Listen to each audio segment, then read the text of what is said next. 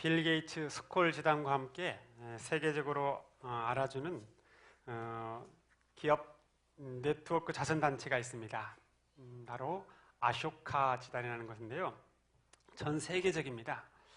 여기서는 사회 변화를 이끈 혁신 인물을 선정해서 3년간 교육비, 또 생활비, 컨설트 모든 것을 지원합니다. 그런데 이번에 최초로 한국인이 선정이 되었어요. 그분이 누구냐? 인천에서 방황하는 청소년들과 함께 공동체 생활을 하고 있는 우리 명성진 목사님이세요. 목사님이 이런 청소년들과 함께 살게 된 동기가 있어요. 노숙생활하는 청소년들을 발견해서 너무 안타까워가지고 다시 학교로 데리고 가는데, 학교에서 그래요. 선생님이 이놈 데리고 뭐합니까? 또다시 튀어나갈 텐데. 그래서 너무 황당해가지고 집으로 데려가야 했다. 근데 집에 데려가니까 어머니가 더 황당하게 문을 열어주질 않아요. 그래서 할 수 없이 자기가 그 소년을 데리고 살기 시작합니다. 그 아이는 초등학교 3학년 때부터 가출, 도벽, 폭력, 소년원을 집 들락날락거려도 그렇게 들락날락거려요. 그러다가 본드를 흡입해가지고 그 후유증으로 무려 정신병원에 7차례나 입원한 경력을 갖고 있습니다. 아무도 그를 통제하거나 관리할 수가 없었던 것이죠. 그런데 이 목사님은 그 아이들을 나쁜 아이로 보지 않고 아픈 아이로 봐요. 집을 나가는 것을 가출로 보지 않고 탈출로 봐요. 오히려 아이들 입장이 아니라 부모의 입장, 학교의 입장이 아니라 아이들의 입장에서 이렇게 봐준 거죠. 그래서 이들에게 어떤 투자도 아끼지 않습니다. 없는 형편의 아이들을 시각을 달리하기 위해서 해외여행을 시켜줘요. 그것도 매년. 그러다 보니 목사님 가족이 어려울 수밖에 없고 전셋집에서 월세집으로 이렇게 집을 옮깁니다. 나중에는 융자를 받아가지고 빌라를 구입하게 돼요. 그런데 그렇게까지 투자를 했는데도 불구하고 좋아지는 것 같으면 또다시 본드를 흡입하고 계속 좋아졌다 나빠졌다 그 삶을 계속 반복합니다. 특히 교회에 나오는 아이들 중에 300명이 청소년들이 나와요. 근데 그 중에 나중에 다 알고 보니까 반절이 본드를 흡입하고 있는 거예요. 이 모양 저 모양으로 같은 방법을 다 써도 이들을 회복할 수가 없게. 그래가지고 마지막 생각해낸 방법이 이들의 가족이 되자. 가족. 그래서 이들과 같이 살아요. 그리고 이들이 아버지라고 불러요. 이들과 함께 밴드를 조직하고 음악 밴드를 통해서 공연을 하고 이들에게 새로운 또 꿈을 심어줍니다. 그래서 인천 지방법원이 현재까지 지금 이 청소년들을 좀 맡아주십시오라고 하는 사람이 13명이에요. 그리고 총 40여 명과 함께 같이 공동체 삶을 살고 있습니다. 이렇게 되면 주위에서 후원도 참 많을 것 같은데 후원이 많지 않다고 그래요. 왜 그러냐? 후원하는 사람들을 보면 자기 이름을 드러내고 와서 사진을 찍기를 바란대요. 근데 아이들이 사진 찍는 것을 그렇게 어려워하고 힘들어한대요. 그래서 그러한 후원은 일체 받지 않기로 서로 마음을 그렇게 모았다는 거예요. 카톨릭대 교수가 위기의 청소 문제를 이렇게 성공적으로 일궈낼 수 있는 그 원인이 무엇일까? 그걸 조사했는데 의외로 간단했어요. 답은 가족이었습니다. 가족. 공동체는 가족이라는 거예요. 우리가 셀이 가족이라는 말을 하는 이유도 이러한 이유에서입니다. 한 기자가 그 목사님에게 언제까지 이 일을 하실 겁니까? 라고 물었어요. 네, 목사님 뭐라고 답했냐? 내 새끼들인데 언제까지 하다니요? 그저 새끼들이 많을 뿐이죠. 그냥 계속 그것이 자기의 삶이라는 거예요. 명선이 목사님 마음에는 두 단어가 새겨져 있는 것 같아요. 하나는 청소년, 또 하나는 가족. 한 영혼을 위해 한 영혼이 그렇게 돌아오기에 눈물을 흘리고 목숨까지 아끼지 않았던 바울도 그 목사님처럼 한 영혼을 가족으로 이렇게 대했습니다. 그의 모습들이 성경 여기저기서 흔적으로 묻어나고 있어요. 그래서 그를 가장 잘 따르는 사람을 자기의 아들이라는 표현을 쓰고 있습니다. 바울은 남북 이산가족이 그렇게 서로 간절히 만나기를 바랬던 것처럼 잃어버린 영혼이 예수님을 만났으면 하는 그 간절한 바람을 가지고 평생을 살아간 사람이었습니다. 그런데 오늘 바울은 사실 그 바람과는 다르게 현실에서는 그렇게 그 영혼들을 만날 수 있는 그런 형편이 아니었어요. 지금 로마 감옥에 갇혀서 가택연금 상태였어요. 그래서 영혼이 있는 이 집도 가고 저 집도 가고 저런 환경 이런 환경에 다 찾아가야 되는데 꼼짝 못하고 갇힌 상황이었습니다. 그런데 그 가운데 그 고백을 보면 12절에 내가 당한 일이 도리어 복음 전파의 진전이 되었다라고 그렇게 말하고 있어요. 복음을 못 전하기 위해서 가두었는데 그것이 오히려 더 긍정적으로 플러스 효과를 나타냈다는 것이에요. 왜 이런 말을 하고 있죠? 14절에 보면 나의 매임으로 말미암아 주 안에서 신뢰함으로 겁없이 하나님의 말씀을 더욱 담대히 전하게 됐다라고 말하고 있어요. 어떻게 이럴 수 있습니까? 어떻게 이런 역설적 그런 상황이 펼쳐지게 된 거죠? 이건 그가 감옥에 갇힘으로 인해서 그 마음 가운데 시기와 질투가 더 폭발했던 사람이 있었어요. 보통 사람이 복음 전하다 감옥에 갔다라고 하면 정말 애처롭고 안타까운 눈빛으로 바라봐야 되는데 그렇게 바라보지 않았어요. 본문에 투기와 분쟁으로 가득 찬 사람이 나와요. 이들은 마음에 그 투기와 분쟁으로 복음을 전했어요. 사랑과 온유함을 따라 한 영혼이 정말 귀하기 때문에 그 영혼을 사랑하는 마음에 전한 것이 아니었어요. 상식에 잘 이해되지 않죠. 어떻게 보면 조금 이중적인 거예요. 마음속에는 투기, 분쟁, 시기가 가득 끌어오고 있는데 밖에 나가서 복음을 전할 때는 우리 교회에 오면 정말 행복한 삶, 미래의 삶, 비전의 삶, 영생의 삶이 있습니다. 꼭 교회 와보세요. 어떻게 이렇게 말할 수 있습니까? 근데 본문에서 말하는 그 시기와 질투에 찬 어떤 이들은 바울이 로마로 가기 전에 빌립보에서 복음을 또 개종한 사람들이에요. 한마디로 율법주의자들이죠. 이들은 예수님을 믿고서도 그 마음 가운데 확실한 그 변화를 체험하진 않았어요. 그러나 복음에, 그 마음에 예수 그리스도의 생명은 있었어요. 빌립보 교회는 어떤 교회입니까? 우리가 아는 것처럼 자주장사 루디아를 통해서 가장 첫 복음이 이렇게 들어갔죠. 그래서 불처럼 복음이 빨리 번져갔어요. 바울이 빌립보 교회에 오래 머물진 않았지만 바울이 떠난 후에도 많은 사람이 유입되기 시작했어요. 그런데 바울의 영향력이 대단했기 때문에 나중에 들어온 사람들이랄지라도 바울을 잘 모르는 사람이랄지라도 바울에 대해 간접적 영향력을 많이 받았어요. 그렇기 때문에 나중에 온 사람은 바울이 뭔데? 나도 사회적으로 따지면 전혀 빠질 것이 없는 사람인데 왜 그를 그렇게 따르는지 마음 가운데 시기와 질투가 조금씩 싹텄던 것이죠. 그래서 이들이 어떻게 합니까? 자기 세력을 키우기로 결정합니다. 바울이 옥에 갇혔다는 소문을 듣고 잘 됐다. 그를 따르지 않으라고 이렇게 공개적으로 적대할 수는 없고 마음 가운데 이번 기회를 통해서 나를 따르는 사람을 많이 확보해야겠다. 그래서 밖에 나가서 전도하는 거예요. 전도하는 거예요. 예수를 믿으라고 하는 거예요. 그러니까 예수를 믿으라고 본인이 전하니까 본인의 말과 본인의 생각을 따르는 사람이 참 많아지기 시작했던 거예요. 경쟁심에서, 시기심에서 복음을 전했던 거예요. 그 영혼이 불쌍해서 한 것이 아니었어요. 성경에서는 투기라는 단어를 쓰고 있는데 투기라는 단어는 원어로 시기라는 말이에요. 시기. 고린도 교회는 이런 파당의 것이 참 많았습니다.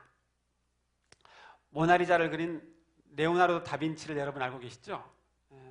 이탈리아에서 상당한 인기를 누리고 있을 때입니다.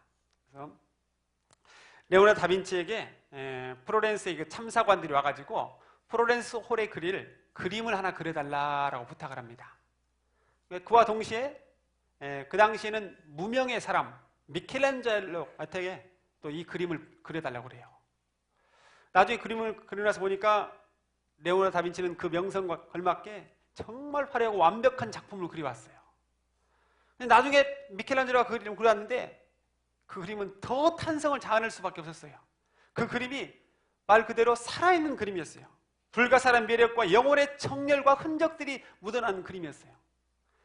그래서 사람들이 젊은 미켈란젤로를 굉장히 칭찬하게 돼요. 근데 그 소문이 돌고 돌아서 레오나르도 다빈치의 귀에까지 들리게 돼요. 그러면서 또 어떤 말이 들리냐, 이제 레오나르도 다빈치는 늙었어. 그런 말이 들리기 시작해요. 그래서 마음에 불처럼 시기와 질투가 싹트기 시작합니다. 아니, 풋나기 미켈란젤로 때문에 내가 이렇게 이 명성이 이렇게 실추된다는 말인가.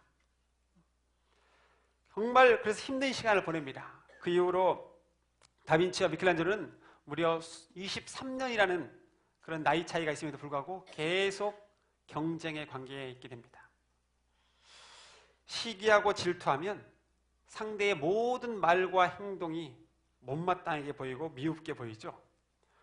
바울에 대해서 시기했던 일부 교우들이 바울을 그렇게 긍정적으로 바라보지 않았습니다. 그래서 시기와 질투로 왕성하게 복음을 전하면 바울이 힘들어할 거라고 생각했어요. 왜? 이제 이렇게 전하면 나를 따르는 사람이 많으니까 바울이 아마 이로 인해서 괴로워할 것이다. 그래서 17절에 뭐라고 말하느냐, 이들은 바울의 매임에 괴로움을 더하게 할 줄로 생각하고 순수하지 못하게 다툼으로 그리스도를 전했다라고 말하고 있어요.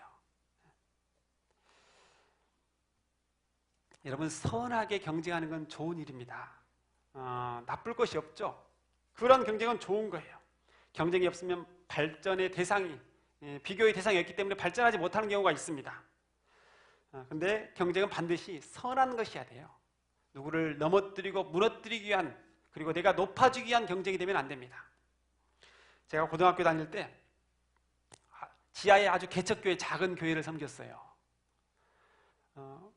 100명도 안 되는, 여기 우리 교회보다도 더 작은 그런 교회 교인들이었어요. 근데 제가 그 당시 고등학교 2학년인데 고등학교 2학년만 10명이 넘게 나왔어요. 그러니까 굉장히 많이 나왔죠. 그래서 예수님 믿은 지 그 당시 1년이 조금 넘었는데 제 친구한테, 야, 우리 학년은 10명도 넘게 나온다, 이렇게 자랑하려고 말을 하고 있는데, 내 친구 교회 이야기를 들어보니까 그거는 굉장히 큰 교회예요. 우리하고 단위가 틀려요, 단위가. 그래서 말도 못 꺼냈어요. 그래서 어린 나이에, 야, 이렇게 큰 교회도 있구나, 처음 그 생각을 하게 됐어요. 그래서 친구들하고 같이 계속 우리가 좀 전도하자. 그래서 많은 사람을 전도했고, 사실 그래가지고 그 당시에 15명이 하나의 모임을 만들기도 했습니다. 물론 지금도 그 친구들하고는 연락이 돼요. 이렇게 긍정적 경쟁은 자신과 또 자신의 공동체를 돌아보고 평가하면서 발전적 방향으로 나아가는 자극제 역할을 하기도 합니다. 그런데 오늘 바울을 시기한 빌립보 그 일부 교인들은 무조건적으로 자기 이름을 위해서, 자기 영향력을 위해서 전도한 거예요. 그런데 바울이 이렇게 전도하고 있다라는 그 보고를 받고 어떻게 반응합니까? 너무나 놀랍게 반응해요. 의외의 반응을 합니다. 18절 그렇게 말하고 있죠. 그러면 무엇이냐? 거칠애로 하나 참으로 하나 무슨 방도하든지 전파되는 것은 그리스도니 이로써 나는 기뻐하고 또한 기뻐하리라. 우리 다 같이 한번 다시 읽어보겠습니다. 시작. 무슨 방도라든지 전파되는 것은 그리스도니 이로써 나는 기뻐하고 또한 기뻐하리라. 예. 거칠애로 전도한다고 해도, 또 반대로 선한 뜻으로 한다고 해도 나는 그 안에 있는 그리스도 때문에 기뻐하겠다는 거예요. 영적 지도자라면 그렇게 전도를 하지 마, 그렇게 타이르거나 권변해야 되는데 그렇지 않아요. 여러분, 어떻게 거칠애로 전도할 수 있습니까? 거칠애라는 뜻은요, 원문으로 과시예요. 과시. 그러니까 나의 힘을 과시하기 위해서 전도했다는 거예요. 전도를 여러분 적극적, 더 나아가서 전투적으로 하는 교회를 보면요 참 재미있어요. 내가 한 영혼을 전도했다는 것보다도 더 관심 있는 분야가 있어요. 누가 몇 명 전도했냐? 누가 몇 명 전도했냐? 그래서 내가 조금 전도해도 내가 제일 많이 전도했으면 그것으로 만족과 기쁨을 사는 것이 있어요. 바울은 지금 그 과정이 어떻게 되었든지 예수 믿는 사람이 많이 생겨났다면 그것으로 기뻐한다는 거예요. 어떻게 보면 율법주의고 성과주의로 생각할 수도 있습니다. 과연 바울의 마음속에 어떤 마음이 숨겨져 있길래 그렇게 말할 수 있을까요? 여러분, 내가 정말 열심히 전도했는데 다른 사람이 투기와 분쟁으로 전도했단 말을 하면 여러분 어떻게 반응하실게요? 바울은 사실 자기를 시기하는 그런 사람들에 대해서 일절 대응하진 않아요. 그냥 참고 인내하고 그냥 넘어가는 정도가 아니라 그것을 축복해주고 격려해줘요. 또 그거를 기뻐해요. 그 상황을 모면하기 위해서 나는 지도자니까 품어줘야지 그런 인내하는 마음이 아니에요. 옛날 영국에서 가장 유명한 세 분의 목사님이 계셨습니다. 그리스도교회를 담임하고 있는 F.B. 마이어라는 목사님, 우리가 또 잘 알고 있는 웨스트민스터 교회 캠벨 몰간 목사님, 또 침례교 쪽에 설교의 황태라자라고 말씀드린 스펄전 목사님, 세 분이 있었어요. 근데 원래 몰간 목사님은 미국에 계셨어요. 미국에 있다가 영국으로 넘어왔어요. 근데 마이어 목사님하고 서로 친분 관계가 있었어요. 그 때문에 서로 이렇게 목회를 잘하냐고 서로 주고받았다가 기도도 잘 해줬어요. 거기서 목회를 잘하라고, 나도 여기도 잘하겠다고. 근데 몰간 목사님 어느 날 영국으로 넘어와서 목회를 하겠다는 거예요. 그래서 마이어 목사님과 서로 이제 경쟁 관계가 됐어요. 그래서 사람들이 마이어 목사님, 몰간 목사님, 스펄전 목사님 막 입에 오르내리니까 마음 가운데 시기가 드는 거예요. 미국에 있을 때의 그 기도, 축복의 기도가 나오질 않는 거예요. 그래서 하나님 앞에, 하나님, 제 시기와 질투를 좀 없애주십시오. 내가 이렇게 목회를 하고 있습니다. 근데 계속 기도해도 그 마음이 사라지질 않아.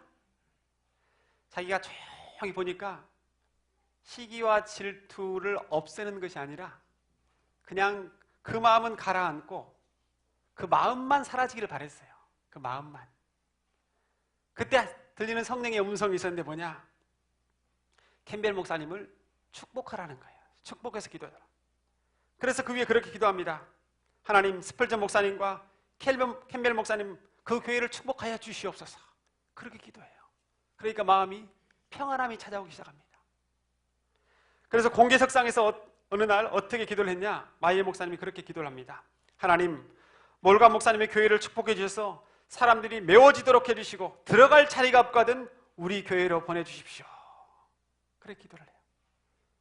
그때부터 더 폭발적으로 새 교회가 또 성장하기 시작합니다. 여러분, 바울의 마음에는요, 나의 교회, 너희 교회, 나를 따르는 사람, 너희를 따르는 사람 이렇게 구분짓는 것에 전혀 관심이 없었어요. 어떻게 해서라도 더 많은 사람에게 복음이 증거될 수 있다면 그 마음밖에 없었어요. 바울이 자신에게 들려오는 온갖 여러 가지 수근거리는 소리들, 또 순수하지 못한 동기에서 복음을 전하고 있다는 그런 소식들, 그러면서 자기를 곤욕스럽게 하고 힘들게 하려고 했는 그 불순한 동기를 가지고 있다는 그 마음들, 사람들이 자기 영향력을 더 확대하기 위해서 복음을 전한다는 여러 가지 말을 이렇게 듣는데 그것에 전혀 요동함이 없었어요. 왜? 그렇게 해서라도 복음이 전파되면 나는 기뻐하고 기뻐하겠다. 그렇게 말하고 있는 거예요. 여러분, 세상적인 가치관에서는 이해할 수 없어요. 복음이 더 전파되면 자기에게 그로 인하여서 지금 옥에 갇혀있는 바울에게 사람들이 오히려 더 옥에 있는 기간을 더 오래 살 수 있는 그런 어려움이 닥칠 수도 있어요. 그리고 자기에게 돌아오는 유익이 있는 것도 아니었어요. 근데 바울에게는 그 마음 가운데 단 하나의 생각, 한 생명이라도 더, 한 생명이라도 더, 그런 마음이 있었어요. 어떻게 이렇게 해서라도 전도해야지. 전도하지 않는 것이 문제이지 무슨 방도라든지 영혼 구원은 멈출 수 없다는 것이 바울의 굳은 그 마음의 믿음이었어요. 한 영혼을 위해 얼마나 애틋한 마음을 갖고 있는지 그 바울의 중심을 알 수 있는 부분입니다. 그는 여기서 한 단계 더 나아갑니다. 이 복음을 위해서라면 살고 죽는 문제까지도 초월한다는 고백을 하고 있어요. 같이 한번 1장 20절을 읽어보겠습니다. 시작. 나의 간절한 기대와 소망을 따라 아무 일이든지 부끄럽지 아니하고 지금도 전과 같이 온전히 담대하여 살든지 죽든지 내 몸에서 그리스도가 존귀하게 되려 하나니. 처음 신앙생활을 하는 사람이나 복음의 위대함을 깨닫지 못하는 사람에게는 이것이 너무 극단적인 말이 아닌가라고 생각할 수 있습니다. 네, 여러분, 그렇지 않습니다. 살고 죽고 그 죽음의 문제까지 초월하면요, 다른 모든 것들은 내어놓을 수 있어요. 내가 다 복음을 위해서 다 죽을 수 있다, 죽고 싶다 정도 되면 그 어떤 것을 가지려고 하겠습니까? 심지어는 자기에게 오는 온갖 모욕도 다 참아낼 수 있어요. 난 죽고 싶다. 부끄러울 것도 없고 누가 나에게 시기하고 질투한다고 해도 거기에 연연하지 않게 되는 것입니다.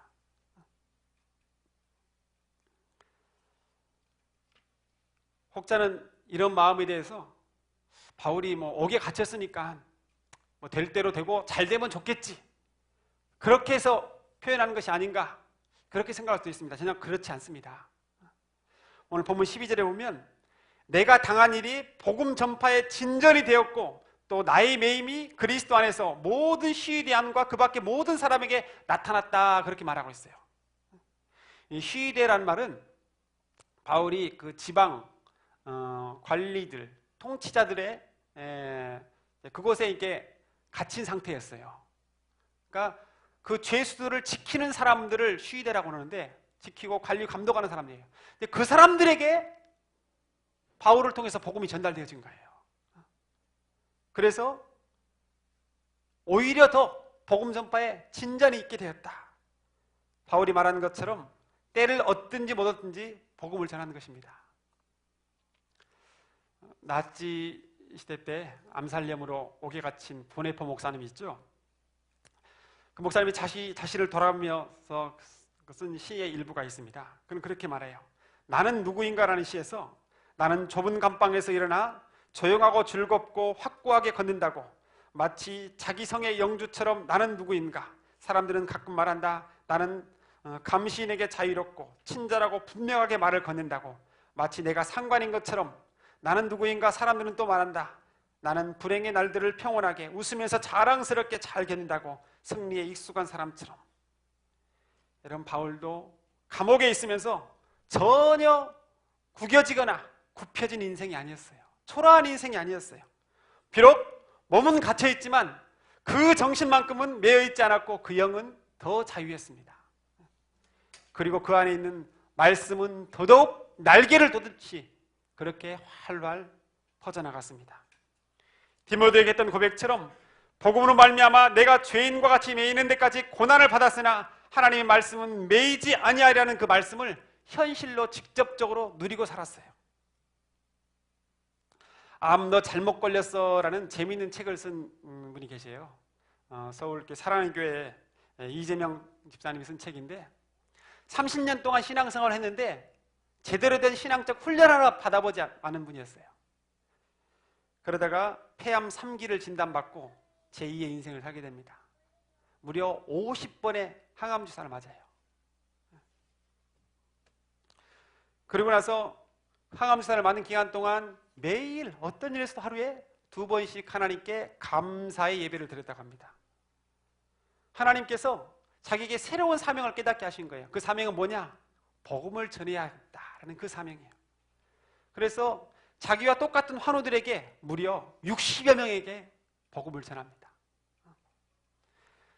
복음을 전하는 곳이라면 어디든지 달려가요. 그 소문이 이렇게 환자들 사이에 퍼지니까 새벽에도 백혈병으로 투병하는 자기 남편이 지금 어려워 있다.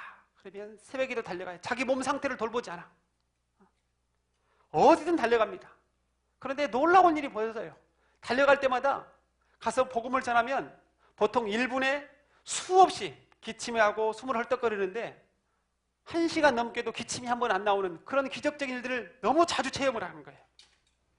그래서 그 이후에 72세, 83세 고령의 암환자들 그들에게 치유 기도를 하고 구원의 복음을 같이 선포해 나가요.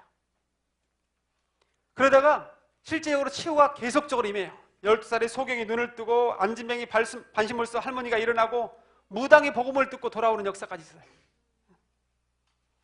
하나님께서 그 복음 전파의 헌신을 너무 귀하게 보시는지 결국 그를 치유하십니다. 인생의 위기가 찾아오자 평범했던, 어떻게 보면 정말 미지근했던 그리스도인이 다시 새롭게 하나님의 손에 붙잡힌 바 되어서 내가 그래 이제 살아도 주를 위해 살고 죽어도 주를 위해 죽겠다는 그런 헌신으로 주님 앞에 나아갔던 것입니다. 이러한 복음 전파의 그 간절함이 그 책 제목에 담긴 거예요. 암, 이놈 너는 잘못 걸렸다. 여러분 우리도 한번 그런 고백을 좀 해보지 않겠습니까? 암, 너 이놈 사람 잘못 건드렸어. 우리 인생이 있을 때 너 사람 잘못 건드렸어. 여러분 바울도 그러한 사람이었어요. 우리나라 말에 학수고대라는 말이 있죠. 학처럼 목을 길게 빼다리고 몹시 기다린다는 그런 표현이에요. 바울은 20절에 간절한 기대와 소망을 따라 살든지 죽든지 내 몸에서 그리스도가 존귀케 되려 한다고 그랬어요. 여기서요 간절한 기대가 그런 학수고대라는 그 언어적 그 의미를 살리는 거예요. 복음을 효과적으로 증거하고 그를 통해서 예수 그리스도가 높아지기를 원한다면 자기의 모든 것을 포기했어요. 그가 가진 이스라엘 족속으로서의 배경, 히브리인 중에 히브리인은 그 배경, 그리고 로마의 시민권을 가졌다는 것, 율법으로는 바리새인이라는 것, 가말리엘 문화의 엘리트 신분이라는 모든 것도 포기했어요. 그런 외적인 배경뿐만 아니라 자기가 가진 자존심도 내려놓았어요. 시기와 질투 그것도 내려놓았어요. 누가 나를 비방한다 그것도 내려놓았어요.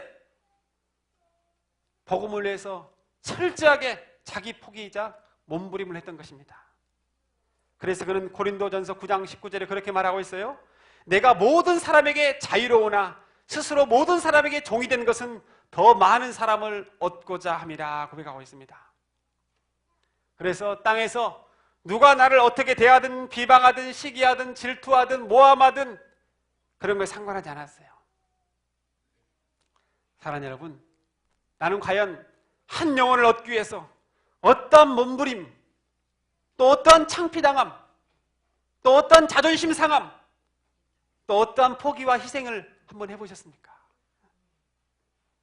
바울처럼 한 영혼과 내 목숨을 맞바꾸지는 못한다 할지라도 정말 한 생명이 귀하다는 것이 단지 구애만 그치는 것이 아니라면 적어도 오늘 본문에 나온 바울처럼 내가 가진 것 작은 부분 하나 정도는 희생해보고 헌신해보고 내어놔보고 때론 책비도 당해보는 것이 이 시대를 사는 주님이 기뻐하시는 참다운 전도자의 모습이 아니겠습니까? 우리 이러한 그리스도의 모습으로 다시 한번 도전하며 이 땅을 그리스도의 생명으로 바꿀 수 있는 우리 모두가 되기를 간절히 축원합니다. 기도하겠습니다.